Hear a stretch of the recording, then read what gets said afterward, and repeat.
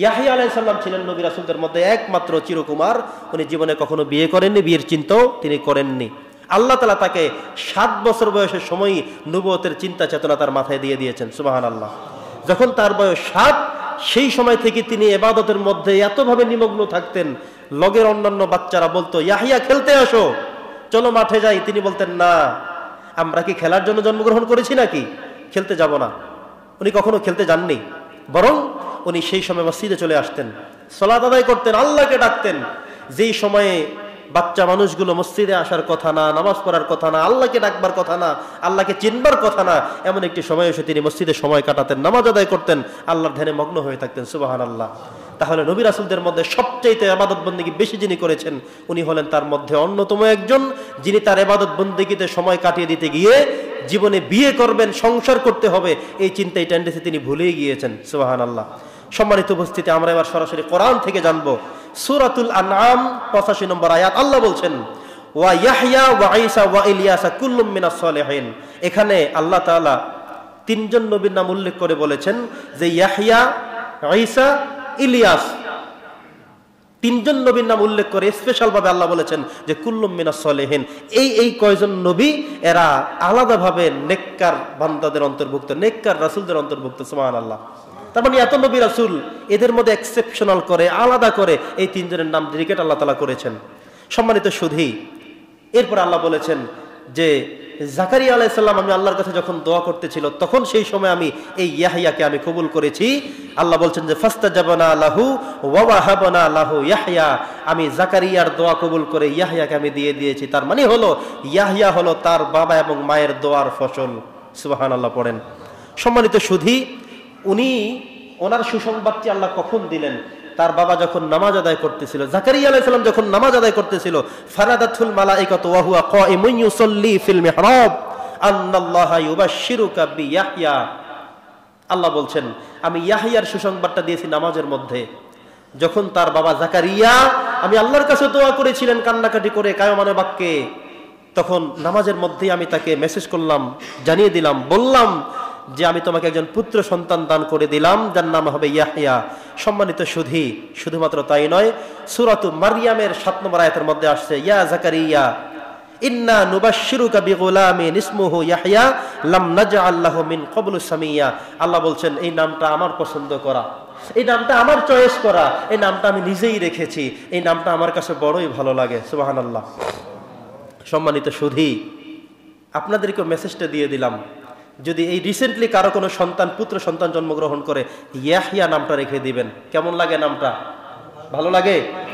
যেই নামটা আল্লাহ নিজে চয়েস করেছেন, যে যখন জাকারিয়া আমার কাছে দোয়া করেছিল, আমি অনেক চিন্তা করে এই নামটা আমি খোঁজ করে বের করে এই নামটাই রাখলাম। এই নামটা আমি রাখার আগে পৃথিবীতে আর কেউ জানতই না, কেউ রাখেই নাই। তার মানে হলো আমরা আজকে জুমা থেকে একটা নাম জানলাম, নাম হলো ইয়াহইয়া, একজন আল্লাহ তাআলার পয়গম্বর, একজন নবীর নাম, যিনি অনেক আবেদ ছিলেন, অনেক ইবাদতকারী ব্যক্তি ছিলেন। আমাদের যদি কারো পুত্র সন্তান জন্মগ্রহণ করে, আমরা এই নামটা আজকে চুজ করে রাখলাম, আল্লাহ কবুল করুক।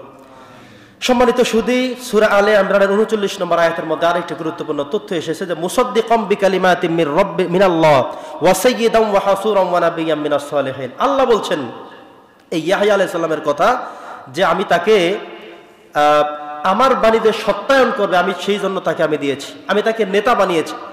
এবং প্রবৃত্তি দমনকারী ছিলেন তিনি, অর্থাৎ ওয়া হাসুরা শব্দের অর্থ হলো স্ত্রীর লালসা যাদের নেই, বিয়ের লালসা যাদের নেই, এই টেন্ডেন্সি যাদের মধ্যে নেই, তাদেরকে বলা হয় হাসুরা। ওয়া নাবিয়্যাম মিনাস সালিহিন, আমি এই নবী ইয়াহইয়াকে অন্য নবীদের থেকে আলাদা করে আমি সালিহিনদের কাতারভুক্ত আমি করলাম, সুবহানাল্লাহ। সম্মানিত সুধী, সূরাতুল মারইয়ামের 13 নম্বর আয়াতের মধ্যে আরেকটি গুরুত্বপূর্ণ কথা এসেছে। আল্লাহ বলছেন ওয়া হানানাম মিন লাদুন্না ওয়া যাকাতান ওয়া কানা তাকিয়া, আমি তাকে মুত্তাকিদের অন্তর্ভুক্ত করেছিলাম, আমি তাকে কোমল রেখেছিলাম, আমি তাকে পবিত্র রেখেছিলাম, যিনি অন্য কারো মতো না। দেখবেন একজন মানুষ যদি এই টেন্ডেন্সিটা বেশি থাকে, স্ত্রীর লালিত্য যদি বেশি থাকে, তখন সে খারাপ পিকচারের দিকে তাকায়, খারাপ নারীদের দিকে তাকায়, পর্দার বিধান তিনি লঙ্ঘন করে ফেলেন, বিভিন্ন জায়গায় তিনি নক করেন, এটা তার থেকে তাই। কিন্তু ইয়াহইয়া আলাইহিস সালাম তিনি তার নিজেকে এমনভাবে মোটিভেট করে নিলেন, তিনি এই কোনো টেন্ডেন্সি ছিল না। আল্লাহ বলছেন যে অন্য সকল নবী রাসূলদের থেকে তিনি ছিলেন সম্পূর্ণই আলাদা, তিনি একেবারে তাকিয়া ছিলেন, তার মতো এত খালেস বেগুনা নবী রাসূলদের মধ্যে উনি সবচেয়ে অনন্য। আলহামদুলিল্লাহ। তাহলে নামের কিছু প্রভাব কিন্তু সন্তানের মধ্যে যায়। আজকে আমরা বলে দিলাম যাদের সন্তান হবে আপনাদের পরিচিত কিংবা এলাকার ভাগ্না ভাগ্নী সন্তানাদি ইয়াহইয়া নামটা চুজ করে রাখবেন। শুধুমাত্র তাই নয়, তার আরো কিছু গুণ আছে। আল্লাহ বলছেন সূরাতু মারইয়াম এর 14 নম্বর আয়াতে আল্লাহ বলছেন যে ওয়াবাররাম বিওয়ালিদাই, এই ইয়াহইয়া ছিল এমন একজন নবী যে তার পিতামাতার আনুগত্যশীল ছিল, পিতামাতাকে খুশি রাখতে পেরেছেন নবী রাসূলদের মধ্যে আলাদাভাবে, সেটা হলো উনি। এত ভালো ছিলেন তিনি, আল্লাহ তাআলা তার চরিত্রের ব্যাপারে সরাসরি কোরআনুল কারীমে আয়াত দিয়ে আমাদেরকে বলে দিয়েছেন। তার মানে আমাদের চিন্তা করবার বিষয়। ওয়ালাম ইয়াকুন জাব্বারান আসিয়া, তিনি বলেছেন সে উদ্যত ছিল না, রাগী ছিল না, বদমেজাজি ছিল না, এবং আমার অবাধ্য ছিল না, পিতামাতার অবাধ্য ছিল না। ইয়াহইয়া এমন একজন নবী ছিলেন যিনি তার পিতামাতার সেবা করতেন, যিনি সবসময় আল্লাহর ইবাদতে মগ্ন থাকতেন। পিতামাতার সাথে তিনি কখনোই রূঢ় আচরণ করেননি, খারাপ আচরণ করেননি, কঠিন আচরণ করেননি, কখনো তাদের সাথে ঝগড়া বাঁধাননি। এছাড়াও তিনি পিতামাতার অবাধ্য কখনোই হননি। যখন যেটা করতে বলেছেন তখন তিনি সেটাই করেছেন। তার মানে হলো সন্তানদের মধ্যে, নবী রাসূলদের মধ্যে হযরত ইয়াহইয়া আলাইহিস সালাম ছিলেন অনন্য একজন নবী। সম্মানিত সুধী, ইয়াহইয়া আলাইহিস সালামের জীবনী থেকে আমরা 2-3 শিক্ষা নিয়ে শেষ করে দিব, আমাদের সময় শেষ। হযরতে ইয়াহইয়া আলাইহিস সালামের জীবনী থেকে প্রথম যে শিক্ষাটা আমরা নিব সেটা হলো তিনি ছিলেন বাবা মার আনুগত্য একজন সন্তান। কি ছিলেন তিনি? বাবা মায়ের আনুগত্য। এই যে আমরা এখানে মসজিদে যারা আছি প্রত্যেকের জায়গা থেকে চিন্তা করেন, অনেক মুরব্বীরা এমন আছেন চিন্তা করেন যে আমার ছেলেটা আমার সাথে ভালো আচরণ করে না, আবার সন্তানরে ভয় দেখায়, হুমকি দেয় যে জাহান্নামে যাবে। কিন্তু আপনাকেও বলছি, এটা সন্তানকে ঠিক বলেছেন, এটা ঠিক, এটা রাইট, নির্ভেজাল কথা।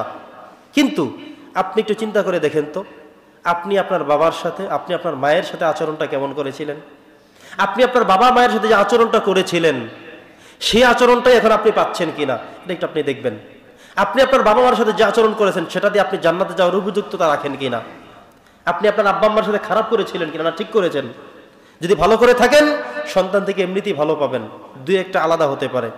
তবে মনে রাখতে হবে প্রত্যেকের জায়গা থেকে আপনার সন্তান আপনার সাথে কি করছে এই চিন্তাটা পরে করেন, বরং আপনি আপনার আব্বা আম্মার সাথে কি করেছেন সেটা আগে বুঝেন। আপনি আপনার জান্নাত আগে নিশ্চিত করেন। আপনার সন্তান আপনার সন্তানের জান্নাত নিশ্চিত সে করবে। তো বাবা মা জীবিত থাকলে তাদের সাথে এক ধরনের আচরণ, মরে গেলেও কিন্তু তাদের জন্য কোনো হক আমাদের আছে আছে আছে তাদের জন্য অন্তত বছরে একবার দোয়া করান, তাদের জন্য একটু কিছু ব্যয় করার ব্যবস্থা করেন, রব্বের হামহুমা বলে দোয়া করেন। প্রত্যেক নামাজের শেষে বিভিন্ন সময় যখন দোয়া পান তখনই দোয়া করেন। বাবা মার কবরের পাশে গিয়ে একটু জিয়ারত করে চোখের পানি ছেড়ে আরেকটু দোয়া করেন না। আপনি মনে করছেন মারা গেছে তো ঝামেলা শেষ, বিপদমুক্ত, না, কখনোই নয়। বরং বাবা মা যদি ইন্তেকাল করে কবরস্থ থেকে থাকেন তারপরেও আপনার দায়িত্ব রয়েছে, মৃত্যু অবস্থায় দায়িত্ব রয়েছে, জীবিত অবস্থায়ও দায়িত্ব রয়েছে। সম্মানিত সুধী, ইয়াহইয়া আলাইহিস সালামের জীবনের যেই সমাপ্তি ঘটেছিল সেটা হলো তিনি সত্য প্রকাশে আপোষহীন ছিলেন। তার রাজা ওই সময় অপকর্মে লিপ্ত ছিল, তিনি কিন্তু তার সামনে সত্যের বাণী তুলে ধরেছিলেন। যদিও তাকে শিরচ্ছেদ করা হয়েছে, তাকে হত্যা করা হয়েছে, মেরে ফেলা হয়েছে এই ইয়াহইয়া আলাইহিস সালামকে, কিন্তু তিনি তার সত্যের উপর অটল ছিলেন, মজবুত ছিলেন। তার জীবনী থেকে আমাদের জন্য শিক্ষা হলো আমরা যখন জানবো এটা রাইট, এটা আমি দেখেছি, এটা আমি নিজ কানে শুনেছি, কোনো প্রলোভনে কোনো ভয়ে আমি বিচলিত হয়ে যাব না, আমি এটার থেকে আলাদা করে কথা বলবো না। কারণ যেটা আমি দেখেছি, যেটা আমি শুনেছি, যেটা আমি সাক্ষী ছিলাম, আমি সেটা কি করে আলাদা করে কথা বলি? এটা কখনোই করা যাবে না। আমাকে হত্যার হুমকি আসতে পারে, মেরে ফেলবে হুমকি আসতে পারে, আমাকে মারবে হুমকি আসতে পারে, আমার চাকরি ছুটে যাবে চলে আসতে পারে কথা, তবু আমি যেটা দেখলাম, যেটা শুনলাম, যেটা রাইট, যেটা ঠিক, আমি তার বিপরীত কখনো সরে যাব না। ইয়াহইয়া আলাইহিস সালামের জীবনে সবচেয়ে বড় শিক্ষা ছিল এটা।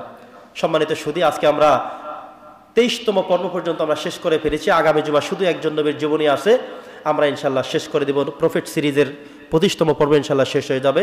আল্লাহ তাআলা আমাদের সকলকে নবী রাসূলদের জীবনী থেকে শিক্ষা গ্রহণের তৌফিক দান করুন। ওয়া মা আলাইনা ইল্লাল বালাগ।